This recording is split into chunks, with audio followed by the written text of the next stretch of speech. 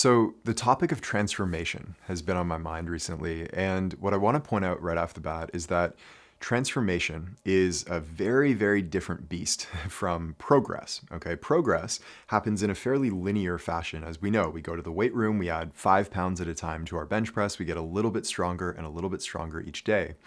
We go to the court, we do our ball handling drills, our shooting drills, we get a little bit sharper each day. That's progress. That's necessary. That's important. That's valuable. That's not transformation. Okay. What we're talking about is not a linear step by step progress. It is exponential. All right. Transformation happens like this. Suddenly you go to the floor, you go to the court one day, and you are a different player. And you're different. If it's true transformation, you're different permanently. So, what I want to point out right off the bat is that this transformation is, I can say with a fair degree of certainty, that it's possible for you right now, okay? And the player that you have wanted to transform into for so long is already inside of you. It's a real solid potential within you. So, to drive this point home, think back for a moment to the last time you went to the court and suddenly you weren't restricting yourself in any way. You weren't overthinking the things that you did on the floor. You weren't overthinking your moves or anything that you did. You were simply in the moment playing the game spontaneously, naturally, and aggressively. Maybe this was just a pickup game. Maybe it was a real game. Maybe it was a practice. Doesn't matter. But for whatever reason, you were sinking into the rhythm of the game to the point where you didn't have to think about it anymore. The moves that you were making were spontaneous and natural and creative and intuitive. Maybe there were moves that you hadn't even practiced before. They were just coming out of you naturally. The ball was being swung your way. The game seemed to come to you rather than you having to chase it. And when we play in this way, it's very common to wonder, like, why do I not play this way all the time? And the thought often occurs to us like, oh, I can play this way all the time. This is the player that I really am, which is why it's so frustrating when a moment or an hour or a day later, that player that we know we can be just sinks back down below the surface. And suddenly we're back to our normal everyday life as a basketball player, where we are overthinking and restricting ourselves, where we are second guessing ourselves. We're not feeling as confident, that we are chasing the game rather than having it come to us and wondering, like, where did that player go? Why am I not that natural, aggressive player all the time? The point I'm making is that the ability to be that player all the time is what we would call transformation. Transformation means becoming that player permanently, so that it's your default state. You don't slide back into being this lesser version of yourself. No, you are always firing on all cylinders, so to speak. Maybe you've also experienced this in social settings with your friends, where one day you're with your friends in a circle at school or whatever, and jokes are coming to you naturally. You're not overthinking what you're saying. You're just being charismatic and carefree and spontaneous with your friends. You're having a lot more fun. People are more drawn to you. And then a moment, an hour, a day, a week later, you are back to kind of being in your shell, a little bit shy, overthinking the things that you say, not quite sure of how to act around people. And you wonder, like, where did that carefree version of me go? Why can't I be that all the time? Again, transformation means becoming that version of yourself permanently all the time. And so I'll share a quick story with you that from my own life, my first experience of real transformation. And this will teach the lesson that I'd like to teach today, I think pretty clearly. So I've shared this with a few of our players before, but in my first year of AAU basketball, I was in fifth grade, and I was by far, undoubtedly, the worst player on the team. By far, I was end of the bench all the time. I would get onto the floor fleetingly, and I always seemed, for whatever reason, I would get lucky and I would score 2 points every single game. I would get my cherry picking layup. I would get a wide open jump shot. I would just get lucky somehow, some way, and I would put it in the hoop once, and I would get my 2 points, and that would be it. This goes on all season long. I'm getting my 2 points a game, consistently, predictably. It's almost like a joke in my mind. I just know I'm going to get two, and then I'm going to shut down the rest of the game. Until towards the end of the season, we're playing a team called the Wild Hawks. I still remember. And something miraculous happens. I get my 2 points really early on, I think one of the first plays of the game. And then a few plays later, I still remember the move I made. I went like, I went east to west into the lane, shot a hook shot. I don't know what I was doing shooting hook shots back then, but I shot a hook shot, got fouled, and hit the free throw. So suddenly I have 5 points in this game in the first quarter, and I am so freaking out in my mind that I immediately put this ceiling over my head, so to speak, where I'm like, that's it, 5 points is enough, I'm not going any further. And I had like bumped up right to the edge of my comfort zone while I went outside of it, and then just curled right back up inside that comfort zone immediately. I was like, I am not scoring again. Once again, I end the game on the bench. I went on really like that was my season high. I never went beyond that, but I always wondered after that day, like, couldn't I have gone further? That was just the first quarter. I could have had 7 or 9 or 11 or whatever. I should have kept going. Why didn't I? What was holding me back from pushing it further? The following season, after a summer of pretty intense work, after going to camps and playing and training every day, I came back and I was top 3 or 4 players on that same AAU team the following season. So suddenly I am like butting heads with the alphas on the team. I am one of the alphas on the team. I'm averaging 10, 11 points per game. I'm starting. I'm on the floor at the end of games. I have the ball in my hands a lot more often. Players are looking to me to be a leader on the team. And suddenly I have transformed. That is transformation, where you literally go from, like, that's a 5x in my scoring average, going from 2 points end of the bench to one of the best players on the team averaging double figures. That's transformation. And it's not like I could just regress back to being the worst player on the team. No, like that was essentially impossible at that level that I had reached. I couldn't go back down. And so in a sense, it was like the old version of me, that end of the bench 2 point per game player, had died, in a sense, symbolically died, and I had become a new player. That is transformation. We have all sorts of analogies for this in society, like the caterpillar that goes into its cocoon and becomes a butterfly. That is transformation, and it's permanent. The phoenix rising from the ashes, transformation once again. And what I'm pointing out here is that not only is this transformation possible for you, but if we can figure out exactly what is holding you back from stepping into that player that you are capable of being right now, if we can figure out what is holding you back from doing that, then you can transform into that player permanently. So the question of what is holding you back is not one of like the common solution is just to get really rah-rah and watch motivational videos and pump yourself up and work harder on your skills and put in more and more and more effort. That's not going to do it, funny enough. Like, yes, do all of that stuff. Keep on putting in the work, keep on making step-by-step progress.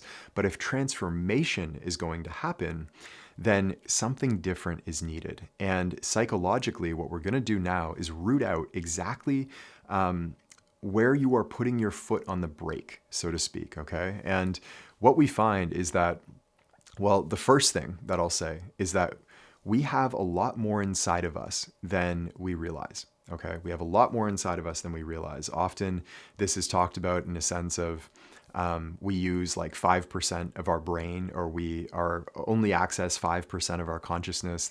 Terms like this are thrown around quite often. None of them are validated or verified. In my own practice, in my own experience, I would guess that it's a lot more like 0.01% that we actually have access to. You could kind of round it to 0 almost.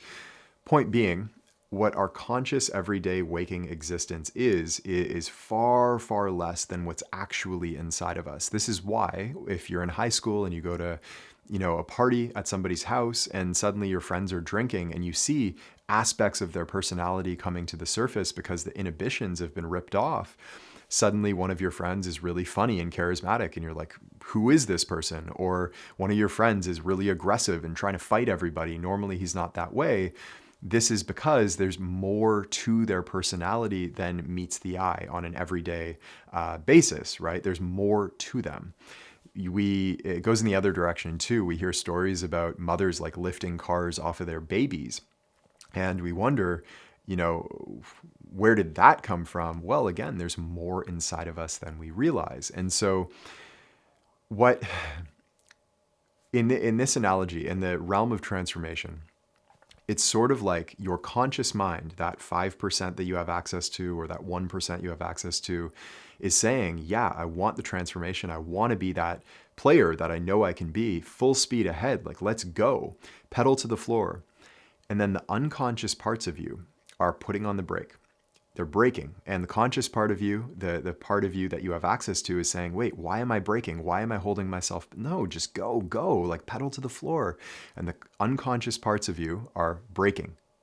And you go forward a little bit, and then you stop, and then maybe you go back a little bit, and then it's this really painstaking process of like, why am I holding myself back?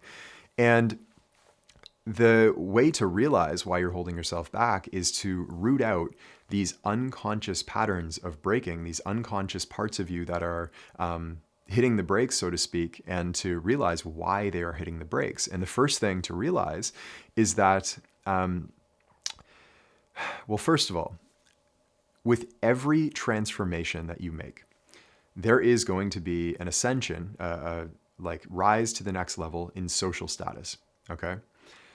Historically, and social status, by that I mean like literally when I was on the end of the bench on my AAU team in 5th grade, my social status was as the worst player on the team.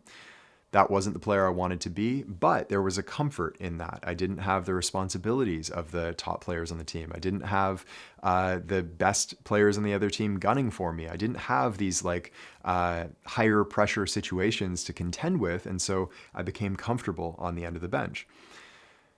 That elevation in social status to being one of the best players on the team came with a whole lot more responsibility, a whole lot more pressure to deal with. I had one of the best players on the other team would be guarding me. I'd be guarding one of the best players on the other team. I'd have the ball in my hands in pressure situations. I'd have eyes on me in the gym that I didn't have before.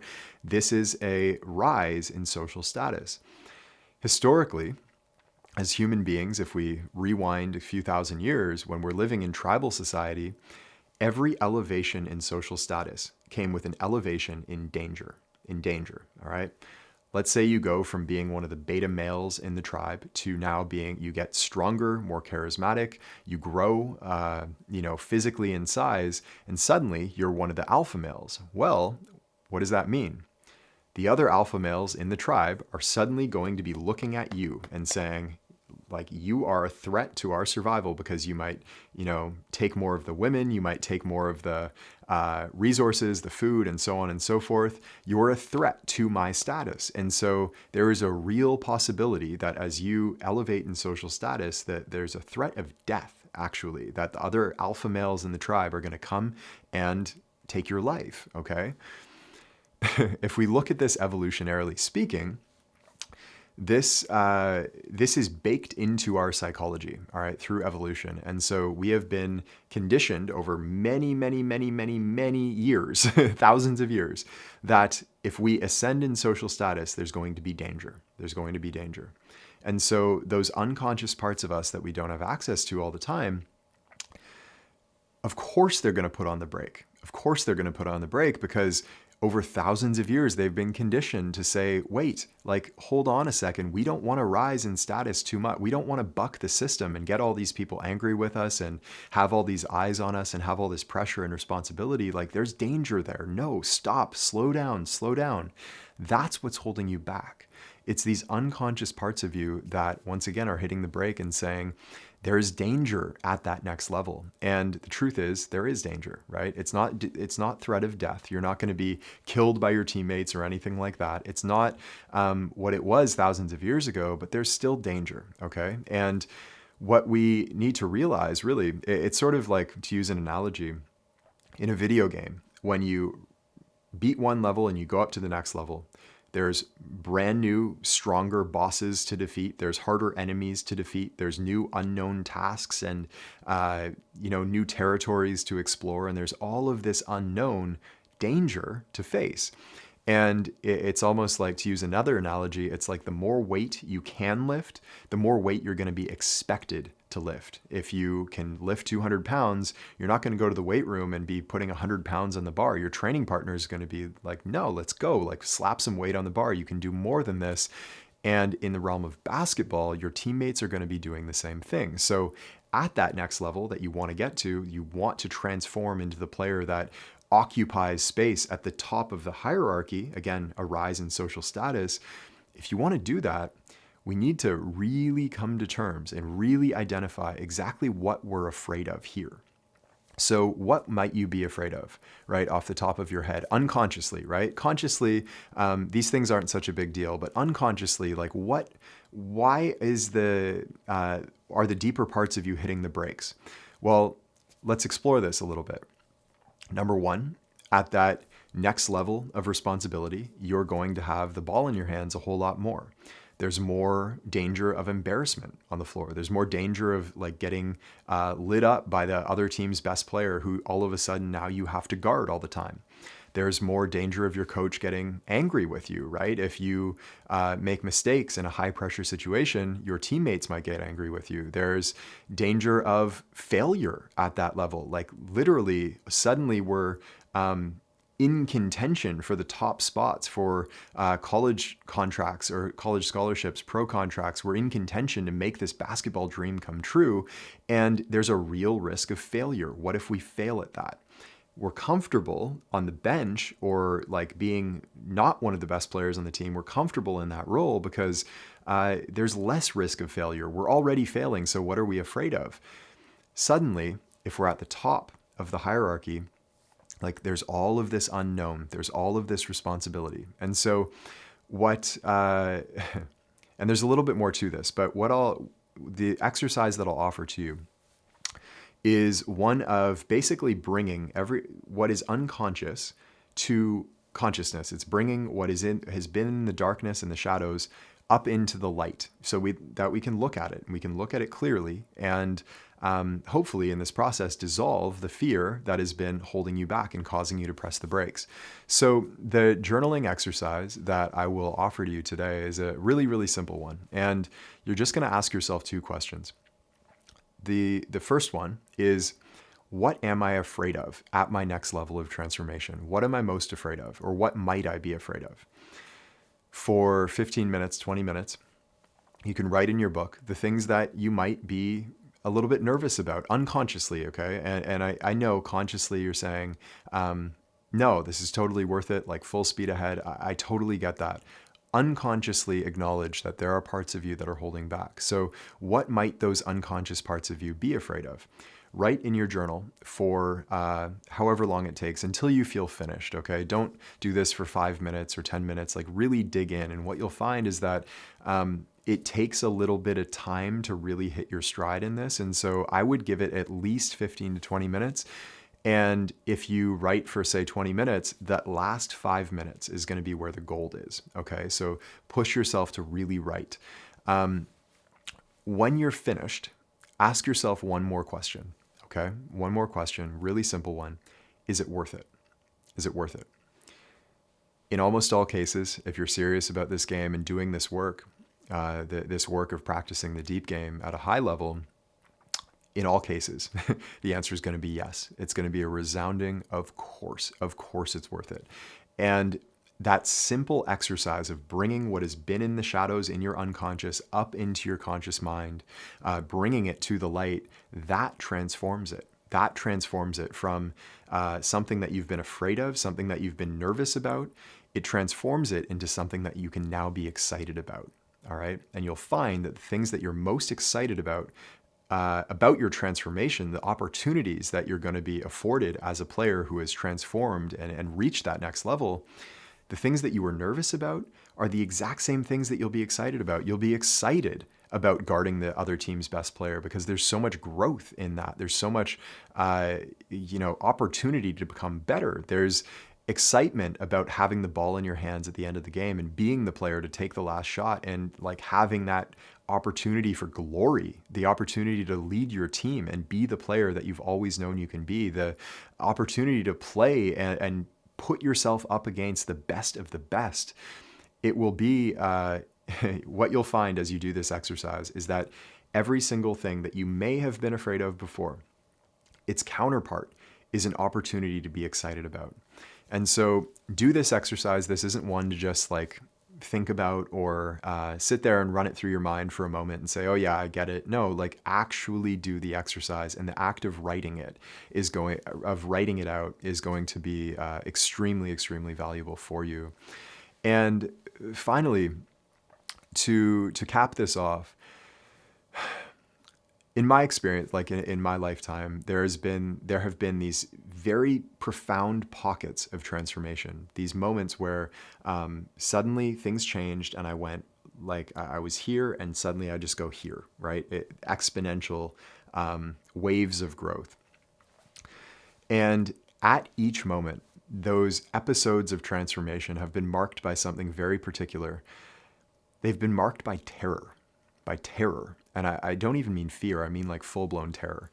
And the reason for this terror, and it's so obvious to me now, like when I feel one of these episodes of transformation happening, there's actually one happening for me right now in my life where I can see the next level very, very clearly, the next level of these teachings, the next level of Deep Game, the next level that I'm occupying in the world. And it's marked by, again, the same hesitancy and fear and hitting the brakes and saying, whoa, whoa, whoa, are we really ready for this? At every level, it's marked by this fear. And if we really dig into it, it's full-blown terror, because it marks the death of an old version of us. And it really, if you dig into this a lot, and I've like meditated on this really deeply, and there's a deep-seated like terror of death that the old version of us will be no longer, that it is completely dying off and giving birth to this new, transformed, fully upgraded version of us. And the advice that I will give you, and what really got me through each of those episodes, is simply to embrace the terror. The caterpillar goes into its cocoon as though it is a coffin. It goes into the cocoon to die. And the caterpillar literally dies in its caterpillar form to give birth to the butterfly. And yet the caterpillar goes into the cocoon over and over throughout the entire history of evolution. It has continued to go into that cocoon because its destiny is transformation, and your destiny is transformation as well. Your destiny is to be the player that you know you can be, the player that you're meant to be. And so this is my invitation to you to face that terror, face those fears that have been hiding under the surface that we haven't even known about until we went through this talk and did this exercise, that have been unconscious. Bring what has been in the shadows up into the light to transform it, and bring your destiny to life, because you deserve it. You deserve to be that player. I know you do. If you're doing this work, this is real, deep, hard work, and you deserve every inch of that transformation that's coming for you, okay? So do that exercise, please, like sit down, dedicate 20 minutes to it, and I promise you, it'll bring some profound realizations for you in your psyche, in your transformation, and let me know how you do. So I hope this one helped you out, and I will see you in the next one.